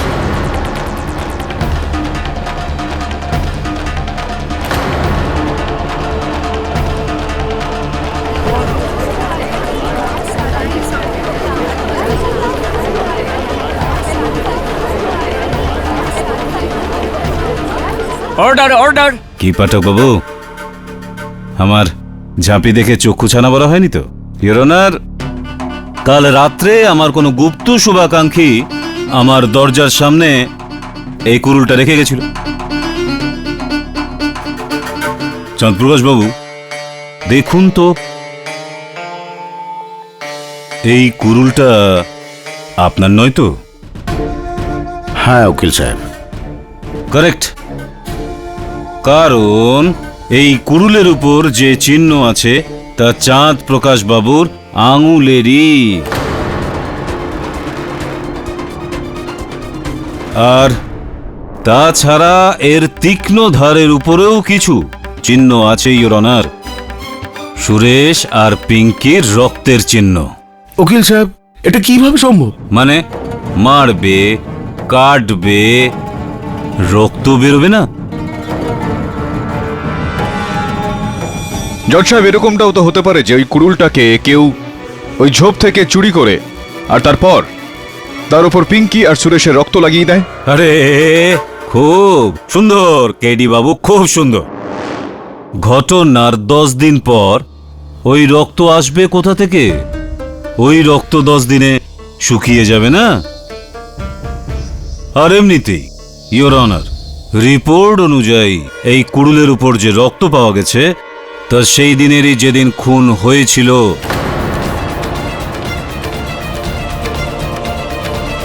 এবার বলুন পাঠকবাবু, এবার তো এই কুরুলের রক্ত চিৎকার করে বলছে যে আসল খুনি কে?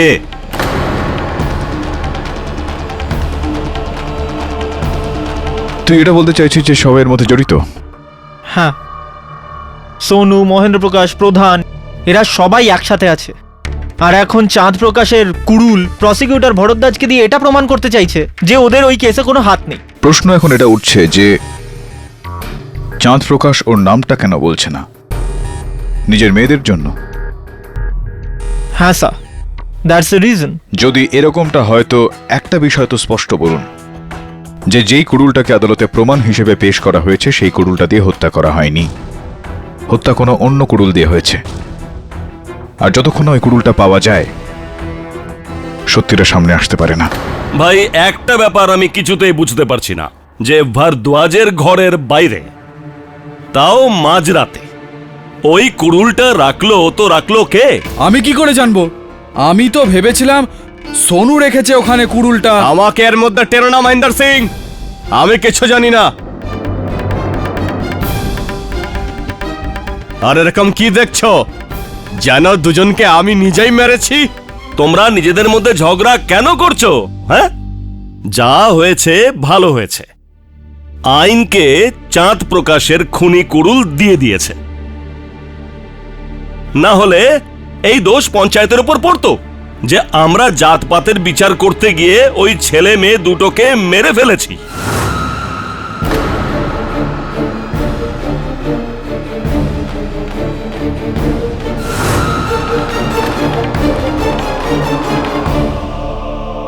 সোনু, এই দেবকির ওপর নজর রাখ, না হলে সারা গ্রামকে নিয়েও ডুববে। এই সব কাজ আমাকে দিয়ে করিও না বাবা, কারণ পরে আমরাই ফেসে যাব। তোর একটু ভাবা উচিত। মহেন্দ্র, তুই গ্রামের সবচেয়ে বোঝদার ছেলে, তুই ওর ওপর নজর রাখ। আজ্ঞে প্রধান মশাই, এখন তো এই দেবকির ওপর নজর আমি রাখবো।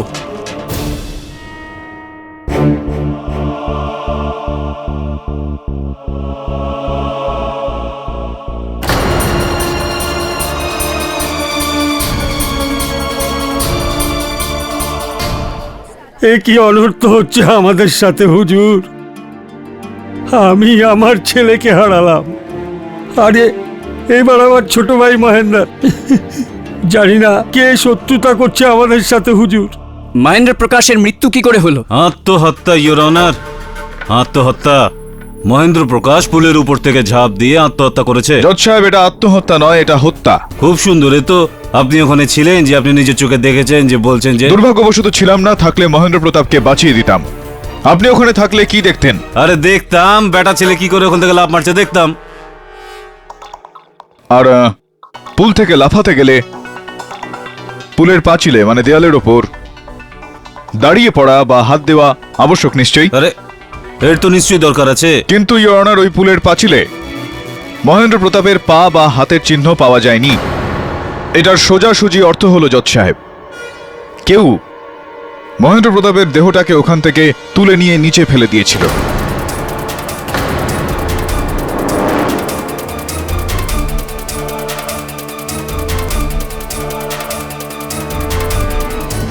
আপনি ঠিক বলছেন হুজুর। আমারও মনে হচ্ছে যে কেউ আমার ভাই মহেন্দ্রকে খুন করেছে। কারণ পরশু রাতে যখন আমি বাড়ি ফিরি তখন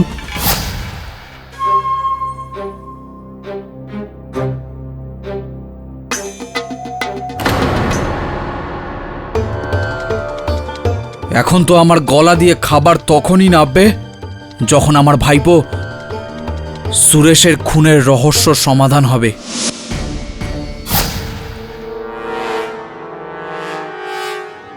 সুরেশের খুনি সেই রাতে মহেন্দ্র ফোনে কার সঙ্গে কথা বলছিল?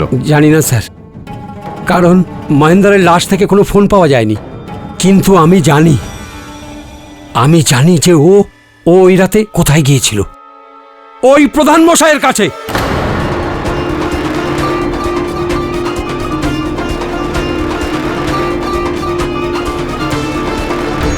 কারণ হুজুর, ওই রাতে ওর যাবার পর প্রধান মশাইয়ের লোকের ফোন এসেছিল ওর কাছে। চোখ রাঙাবেন না প্রধান মশাই, এখন যদি ভয় পাই, লজ্জা হওয়া উচিত আমার জীবনের প্রতি। হুজুর এখন আমি আপনাকে সব সত্যি বলছি। দেখুন মনোহর বাবু, আমার ঘুরিয়ে ফিরিয়ে কথা বলার কোনো অভ্যাস নেই। কাট টু কাট আসল কথায় আসছি। আমার ছেলে আছে না, সোনু, পিঙ্কিকে গভীরভাবে ভালোবাসে, তাই ও ওকে বিয়ে করতে চায়। আমি না করে দিয়েছি। ভাই, এটা কখনো হতে পারে না, কিন্তু কি করব, বাপ হই না। ছেলের জেদের কাছে হেরে গেলাম, আর আমি কথা দিয়ে দিলাম যে তোর বিয়ে পিঙ্কির সাথেই হবে। আপনার যে ছেলে আছে না সুরেশ, আজকাল পিঙ্কির সঙ্গে একটু বেশি গুটুর গুটুর করছে। ওকে বুঝিয়ে দেবেন যে পিঙ্কির সঙ্গে এই লাভ স্টোরি এখানেই শেষ করে দিতে, না হলে আমি ওকে মেরে ফেলে দেব। হুজুর, প্রধান মশাই লক্ষণ লালি বেড়েছে আমার ছেলে এবং আমার ভাই মহেন্দ্র প্রতাপকে। হুজুর, ও ওর নিজের ছেলে আর ভাইয়ের মৃত্যুর কারণে পাগল হয়ে গেছে, তাই তো উল্টো পাল্টা সব বলছে। আরে আমি আমার ছেলে সোনুর বিয়ে পিঙ্কির সাথে কিভাবে করাতাম? সরপঞ্চ বাবু, যখন আপনি এদের দুজনকে বিয়ে দিতে চাইছিলেন না, তো তাহলে আপনি পণ্ডিত মশাইকে দিয়ে সোনু আর পিঙ্কির কুষ্টি কেন মিলিয়েছিলেন?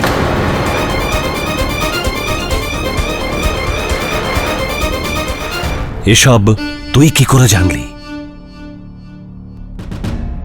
পণ্ডিতের মেয়ে দেবকী, তোকে তো ফিসফিস করে নয়, পুরুষের মতো বলুন। হ্যাঁ, কেন কুষ্টি মিলিয়েছিলেন আপনি? দেখুন, যেহেতু কথাটা উঠলই তো, হ্যাঁ, আমার ছেলে সোনু পিঙ্কিকে সত্যি বিয়ে করতে চাইতো। এটা সত্যি উকিল সাহেব। আর এটাও সত্যি যে ওই দিন আমি মনোহরকে ধমক দিতে ওর বাড়িতে গিয়েছিলাম। আমি আমার বাপ দাদার দিব্যি করে বলছি যে পিঙ্কি আর সুরেশের হত্যা আমি করিনি, আর না তো এই হত্যার পিছনে আমার কোনো হাত আছে। আর এটা সত্যি হুজুর, এটার মানে এটা দাঁড়ায় যে সোনু আপনাকে না বলে, না একেবারে জিজ্ঞেস করে তাকে হত্যা করে দিল একাই। আপনি কিরকম কথা বলছেন উকিল সাহেব? ও এটা করতে পারে না। আরে এতে তো উতলা হওয়ার কি আছে সরপঞ্চ বাবু? আপনিই তো বলেছিলেন যে আপনার কথা মতো সোনু ঘনোড়া গিয়েছিল আর এবং সেখানে গিয়েও পিঙ্কি আর সুরেশকে হত্যা করেছিল। ওহো, এটাও অসম্ভব। আরে অসম্ভবটা কেন? সোনু জানতো যে ওরা দুজন কোথায় লুকিয়ে আছে, তাই সেখানে গিয়ে ওদেরকে হত্যা করে দিল। জজ সাহেব, ও এরকম কিছুই করেনি। আরে কেন কিছুই করেনি? ওই রাতে তো ঘনোরা যায়নি।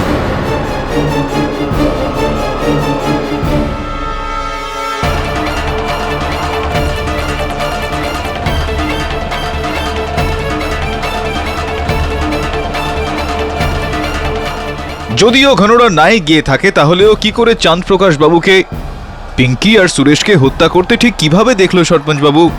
দূরবীন দিয়ে? বাবা, তুমি তো আমাকে ফাঁসিয়ে দিল, পুরোপুরি ফাঁসিয়ে দিল। এবার আর কি করবেন সোনুবাবু? সত্যের সঙ্গ দেবেন না নিজের বাবাকে মিথ্যা প্রমাণিত করবেন? বাবা সত্যিই বলছে, আমি সেই রাতে ঘনোরা গ্রামে যাইনি। তো আদালতে মিথ্যা কেন বলেছিলেন? যাতে এই চাঁদ প্রকাশের বড় রকম সাজা হয়। এ আমার আর পিঙ্কির বিয়ের বিরুদ্ধে ছিল, তখন থেকে আমিও শত্রু হয়ে যাই। I C. বদলা, রিভেঞ্জ, প্রতিশোধ। আর সব মিলিয়ে সত্যটা হলো এই যে আপনি ঘনোড়া জানিনি, আর আপনি চাঁদ প্রকাশ বাবুকে সুরেশ আর পিঙ্কিকে হত্যা করতে দেখেনওনি। আজ্ঞে না, আমি তো ঘনোড়া পর্যন্ত পৌঁছাইনি। আমার বাইক তো 5 মিনিটের মধ্যে খারাপ হয়ে যায়। আমি জানি না এ মন্দিরে ছিল না ঘনোড়াতে। Very nice. তো মানে হলো এখনো পর্যন্ত চাঁদ প্রকাশ বাবু যেটা বলছেন তার কোনো প্রমাণ নেই। এটা তো খুব খারাপ খবর কেডি ভাই। যদিও সোনুলালের সাক্ষী মিথ্যে হয়, কিন্তু কুড়ুলে লাগা রক্ত চিৎকার করে বলছে ইয়োর অনার কে ওই রাতে চাঁদ প্রকাশ বাবু মন্দিরে না, বরং ঘরানার ওই ঘরে নৃশংসভাবে অমানবিকভাবে নিজের মেয়ে ও জামাইকে খুন করেন। না না না না উকিল সাহেব,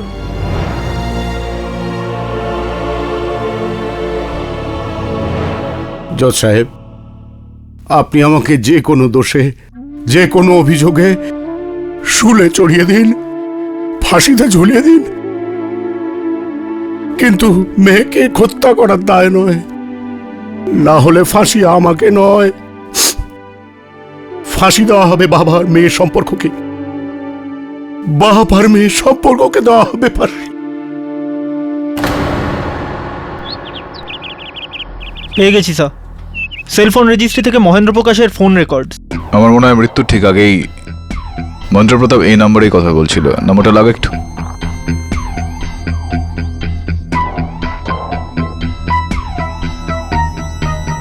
স্যার, কোনো ডক্টর সরলার ক্লিনিক? মহেন্দ্র প্রকাশ কোনো মহিলার ডক্টরের ক্লিনিকে কেন কথা বলবে? একটা কাজ কর বরুণ, তুই যা আর খোঁজ নে রহস্যটা কি।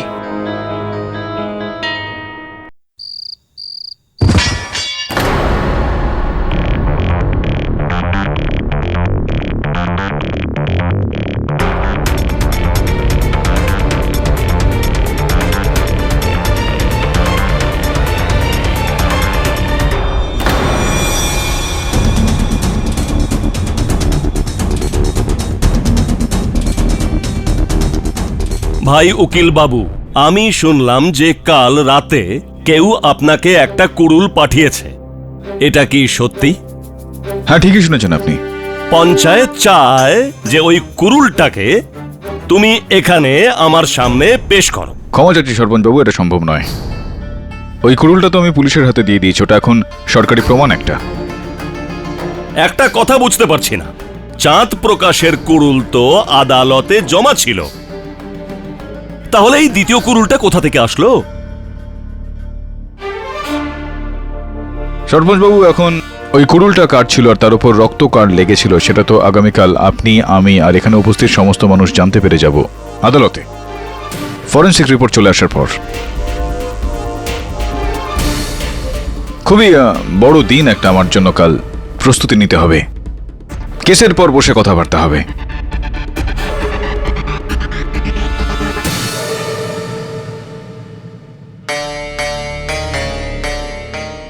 মানে আমার মতো এই কুড়ুল আপনাকেও পাঠানো হয়েছে? হ্যাঁ হ্যাঁ, আমাকেও পাঠানো হয়েছে। আর ইওর অনার এটার ফরেন্সিক্স রিপোর্টও চলে আসবে। কেডি স্যার, এই নিন, এসে গেছে। এই নিন ইওর অনার।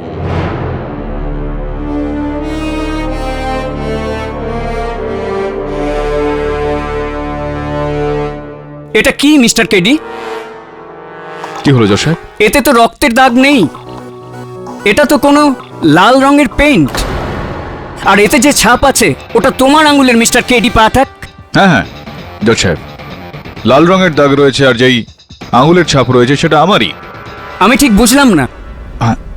জজ সাহেব, আসলে আমি এই কুড়ুলটা যেটা রয়েছে সেটা আমার সহায়ক বরুণের সাহায্যে লাজবন্তী দেবীর ঘরের বাইরে ওই দরজার পাশে আমি রেখে দিয়েছিলাম। এইটার কি মানে হলো? হ্যাঁ, তাহলে পুলিশ রিপোর্ট করানোর, ফরেন্সিক রিপোর্ট করানোর কি মানে? সবার সময় নষ্ট। এ তো সকলের চোখে ধুলো দেওয়া হলো। না জজ সাহেব, এরকমটা নয়। আসলে আমি আদালতের চোখে কোনো রকম ধুলো দিতে চাইছিলাম না। আমি অন্য আরেকজনের চোখে ধুলো দিতে চাইছিলাম, যাতে এই কেসটার উপর পড়ে থাকা ধুলোগুলো সাফ করতে পারি, যাতে প্রত্যেকের সবকিছু পরিষ্কার নজরে আসে। একটু প্যাচালো আছে ভরদ্বাজ বাবু, আমি আমি বুঝিয়ে দিচ্ছি পুরোটা। আমি বোঝাচ্ছি, তবে তার আগে ইওর অনার, আমি দেবকীকে কাঠগড়ায় ডাকার জন্য অনুমতি চাইছি। অনুমতি দিলাম।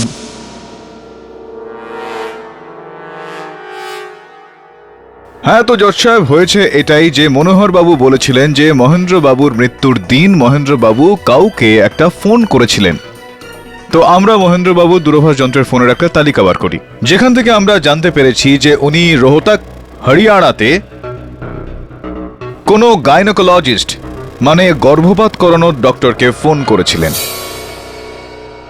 ডক্টর সরলা দোষী।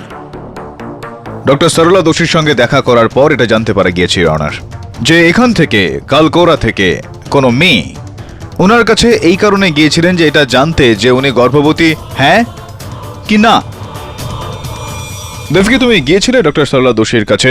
ডক্টর দোষীর লিখিত বয়ান রয়েছে আপনার টেবিলের ওপর জজ সাহেব। তুমি গিয়েছিলে কি না? হ্যাঁ, এটা সত্যি যে আমি গর্ভবতী ছিলাম।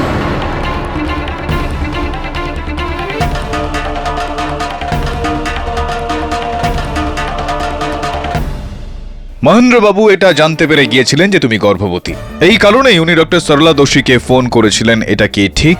হ্যাঁ। আর তোমার গর্ভে যে সন্তান বেড়ে উঠছিল তার বাবা সুরেশ, তাহলে এটাও কি ঠিক? হ্যাঁ, এটাও সত্যি।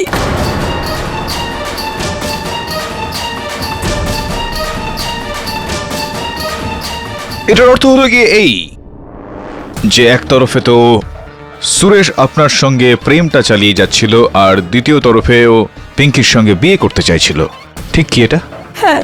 তো যখন আপনি সুরেশকে বললেন যে আপনি ওনার সন্তানের মা হতে চলেছেন, তখন ঠিক কি বলেছিল সুরেশ আপনাকে?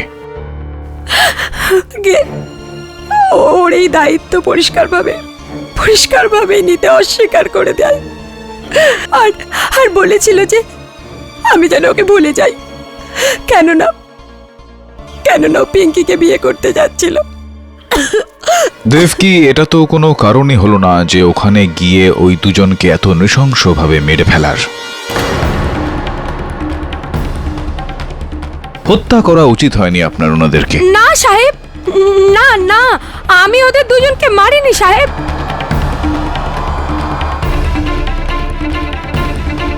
আপনি সুরেশকে মারেননি? না সাহেব, আমি এই পুরো কেসটাই আপনার সহযোগী ছিলাম। হ্যাঁ, সুরেশ আমাকে ধোঁকা দিয়েছিল, কিন্তু আমি সুরেশকে মারিনি সাহেব। আর পিঙ্কি তো আমার বন্ধু ছিল সাহেব। আমি ওকে কেন মারবো সাহেব? আমি ওদের দুজনকে মারিনি আমি ওদের দুজনকে। এক মিনিট। এই কালকোরাতে একটা পুরনো বিদ্যালয় রয়েছে, আছে? সেটার পিছনে একটা বড় গাছ আছে? সেই গাছটার পিছনে একটা বড় পাথর আছে? ওই পাথরের নিচে একটা গর্ত রয়েছে, যার মধ্যে কিছু একটা পোতা রয়েছে। কি পোতা রয়েছে ওখানে? আমি কি করে জানবো? আমি কিছু জানি না এই ব্যাপারে। আমি কি করে জানবো? আরে আপনি জানেন না এটা কি করে হতে পারে? আমি কি করে জানবো আরে সাহেব? আপনার জানাটাই তো উচিত, কারণ গতকাল রাতে আপনি ওই গর্তের থেকে কিছু খোঁজার চেষ্টা করছিলেন। কি খুঁজছিলেন আপনি?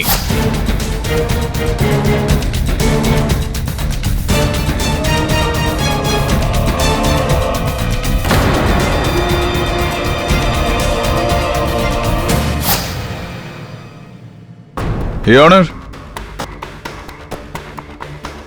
এটাই হলো আমার এই রং লেগে থাকা কুড়ুলটার গল্প। যখন আমি দেবকী আর সুরেশের সম্পর্কটা সম্বন্ধে জানতে পারি আর ইনার গর্ভাবস্থা সম্বন্ধে জানতে পারি, তখন আমার পুরোপুরি বিশ্বাস হয়ে যায় যে ইনি বদলা নেওয়ার জন্য, প্রতিশোধ নেওয়ার জন্য সুরেশ আর পিঙ্কিকে হত্যা করেছেন। কিন্তু আমি ইনাকে ওই অস্ত্র সমেত হাতে নাতে ধরতে চাইছিলাম, এবং সেই কারণে আমি এই কুড়ুলটা লাজবন্তী দেবীর ঘরের বাইরে ফেললাম, যাতে দেবকী দেবী মনে করেন যে আমরা হত্যার হাতিয়ার পেয়ে গিয়েছি। আর সেটা স্পষ্ট করার জন্য উনি সেই জায়গায় যাবেন যেখানে ইনি অস্ত্রটা লুকিয়ে রেখেছেন, আর সেরকমটাই হলো ইওর অনার। এই ছোট খেলাটা আমাকে খেলতেই হলো জজ সাহেব। আমি আদালতের কাছে ক্ষমা চাইছি, কিন্তু এখন খুনের আসল হাতিয়ার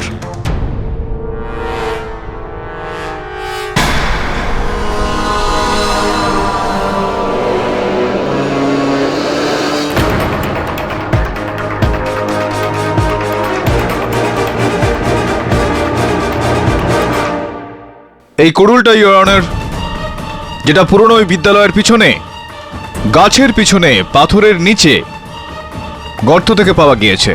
আমার পুরো বিশ্বাস রয়েছে ফরেনসিক্সের পরীক্ষাও এটা বলবে যে এটার ওপর যে রক্ত লেগে রয়েছে সেটা সুরেশ আর পিঙ্কির, আর এর ওপর দেবকীর আঙুলের ছাপ রয়েছে। দেবকী, সমস্ত রাস্তা বন্ধ হয়ে গিয়েছে। এই কুড়ুলটার ফরেনসিক্স রিপোর্ট থেকে একেবারেই স্পষ্ট হয়ে যাবে যে এই হত্যাটা আপনিই করেছেন। হয়তো আমরা ফরেনসিক্স রিপোর্টের জন্য অপেক্ষা করতে পারি, বা আপনি আপনার দোষ স্বীকার করতে পারেন, যেরকমটা আপনার মর্জি। অনেক পুরনো একটা প্রবাদ রয়েছে যে খারাপ খবর শুনতে আর শোনাতে খুব একটা দেরি করা উচিত নয়। কি করতে চাইবেন আপনি দেবকী দেবী? হ্যাঁ হ্যাঁ হ্যাঁ হ্যাঁ, আমি মেরেছি ওদের দুজনকে।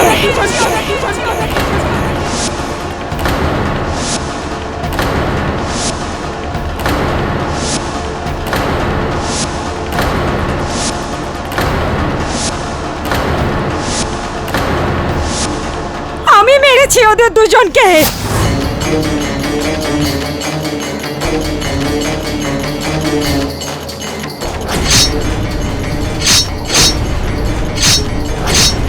আর ওদের দুজনকে মেরে ঘন রাতে দুজন লোককে পয়সা দিয়ে ওদের লাশ পোলের নিচে ফেলিয়ে দিই।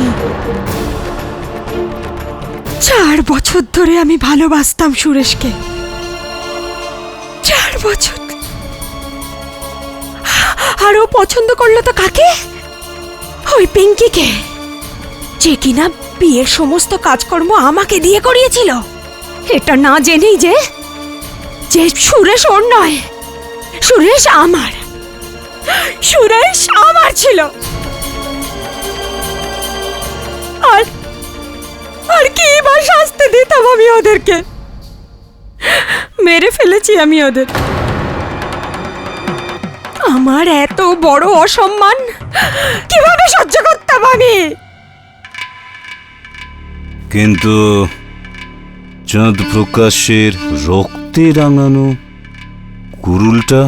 পুলিশ আসার আগেই আমি ওই কুড়ুল মন্দিরের ঝোপের পিছন থেকে চুরি করি। আর আমার চুরির মধ্যে সুরেশ আর পিঙ্কির শুকনো রক্ত লেগেছিল। আর ওই রক্তকেই আমি কোনো রকমে ওই কুড়ুলে লাগিয়ে দিই। আর ওই কুড়ুলটাকে বস্তার মধ্যে ভরে আপনার বাড়ির সামনে রেখে দিই।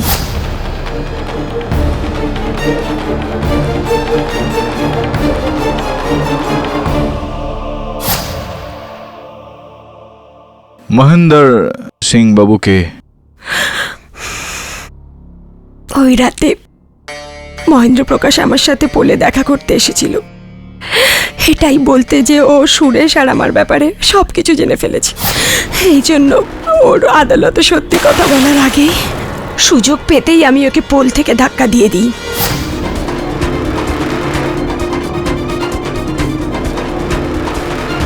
ওকেও আমি মেরে ফেলি সুরেশের জন্য। জ্যাঠামশাইয়ের মতো বাবা শুধু নিজের মেয়ের দীর্ঘায়ু কামনা করতে পারেন, ওকে মারতে পারেন না। জ্যাঠামশাই নির্দোষ সাহেব। দেবকী দেবিয়া, এরকমটা বলা হয়ে থাকে যে প্রেম আর যুদ্ধে সবই চলে, কিন্তু হত্যা নয়।